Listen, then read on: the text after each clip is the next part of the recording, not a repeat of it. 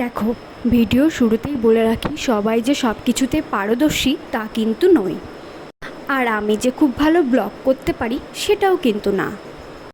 আর যা করছি সেটা মাত্র শুধু নিজের জন্য। জাস্ট আমি দেখতে চাই যে আমি করতে পারি কি পারি না, তবে যেইটুকু করেছি অনেকটাই কষ্ট করে করেছি। যাক, সেসব কথা না হয় পরেই বলবো, তবে ভিডিওটা স্টার্ট করি। Hey everyone, good morning. তোমরা সবাই কেমন আছো? আশা করছি সবাই ভালো আছো। তো দেখো, এইদিকে তোজো সব জামা কাপড় রেডি করে নিলাম, আর আমিও রেডি হব, যেটা পরে সেটা রেডি করে নিলাম।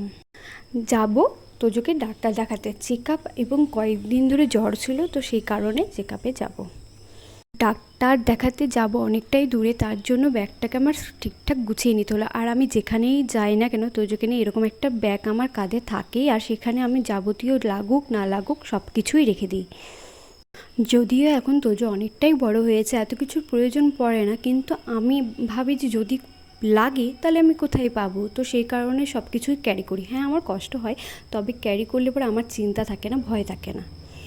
আর যেহেতু অনেকটা দূরেরই রাস্তা, তাই ওর জন্য কিছুটা খিচুড়ি করে নিয়ে যাব। আর এদিকে তো নান খাই, তো অসুবিধা কোনো কিছুই হয় না।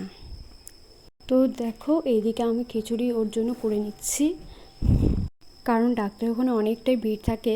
গিয়েছিলাম বিকেলে, আর আস্তে আস্তে ঠিক রাত 10টা বেজেছে। আর এতটা রাস্তা, খাবার দাবার তো সাথে নিতেই হবে, না হলে তো চলবেই না। যেহেতু বাচ্চা, কখন কি প্রয়োজন বা কী খেতে ইচ্ছে করে, তাও তবুও তো এখন আমি আবারও বলবো যে তো যে অনেকটাই বড় হয়েছে। আর দেখো, এদিকে আমরা বসে আছি, ডাক্তারের জন্য ওয়েট করছি, আর এদিকে ও বাইরে একাই হেঁটে বেড়াচ্ছে। আর ডাক্তারের ওখানে এতটাই ভিড় হয় বলে বোঝাতে পারবো না, অনেকটা লাইন পড়ে, তো অনেকটা সময় লাগে। কিন্তু ও একটুকু বিরক্তি হয়নি, মানে ভালোই কেটেছে। ও নিজের মতো হাঁটা চলা করছে, সব কিছু ভালো ছিল, কোনো অসুবিধা করেনি। এই আসা যাওয়া, তার উপর বাইকে গিয়েছে, কোনো অসুবিধাই করেনি। বসে বসে আর কী করবো, তাই একটু নিজেকেও দেখে নিলাম যে কেমন ঘেমে টেমে গিয়েছি। ওখানে গিয়েও আর রেহাই নেই, একটার পর একটা বক বক চলতেই আছে। এখানে যাব না, ওখানে যাব না, নিচে নিয়ে চলো, এটা করো সেটা করো, এখানে বসবো না, ওর কোলে উঠবো, এরকম টাইপের এখন যত বায়না শিখেছে। আচ্ছা, বাচ্চা নিয়ে আর কী ভাই বলবো, যাই বলবো সেটাই অনেকটাই কম। আর যদিও কী আর বলবো, এই তো ডাক্তার দেখাই নিয়ে আসলাম, আর দেখো পরের দিনই তোজো কী অবস্থা করেছে, নিজের চোখটা কেটে কী করেছে। কী আর বলবো এইসব কথা নিয়ে, যাই বলি সেটাই, মানে আমার এখন বলতেও কী বলবো আর। যাই হোক, বাদ দিলাম। এখন ওর বাবার কোলে ওঠার জন্য বায়না করছে, আর এদিকে ডাক্তার দেখানো কমপ্লিট, আর চলে আসলাম ওকে নিয়ে একটু। পাশেই একটা মাঠ ছিল, ক্রিকেট ফুটবল খেলা, তো এর আগে ওর বাবা ওখানে নিয়ে গিয়েছিলো, তো ক্রিকেট খেলবে বলে খুব জেদ করছিলো। তো পরে ডাক্তার দেখা কমপ্লিট হয়ে যাওয়ার পর ওকে ক্রিকেটের ওখানে নিয়ে গেছিলাম, যে দেখ খেলবি নাকি হ্যান ত্যান এসব বলছিলাম আর কি। তো বাড়ি যখন আসছিলাম তখন রাত্রি প্রায় 9টা বাজে, তো ভেবেছি যে একটু খাওয়া দাওয়া করে একবারে বাড়িতে যাই। আর এটা রায়গঞ্জে ঘরে বাইরে রেস্টুরেন্ট।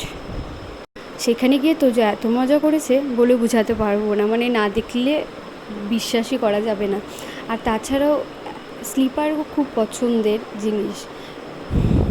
আমি অনেক কবারই ওকে স্লিপারে উঠিয়েছি, পার্কে আমি যেহেতু নিয়ে যাই, তো আমি অনেক কবারই উঠিয়েছি, তো আমি জানি যে ও স্লিপার দেখে ভয় করে না। কিন্তু ওর বাবা তো কোনো দিন সেটা দেখেনি, তো ভয় পাচ্ছে ওর বাবা বেশি যে তুমি ওকে ছেড়ো না একা, এই পড়ে যাবে, এই হবে সেই হবে, কেন ছাড়ছো, ফোনটা রাখো, ভিডিও করতে হবে না, আগে ওকে ধরো, ওকে ইয়ে কর।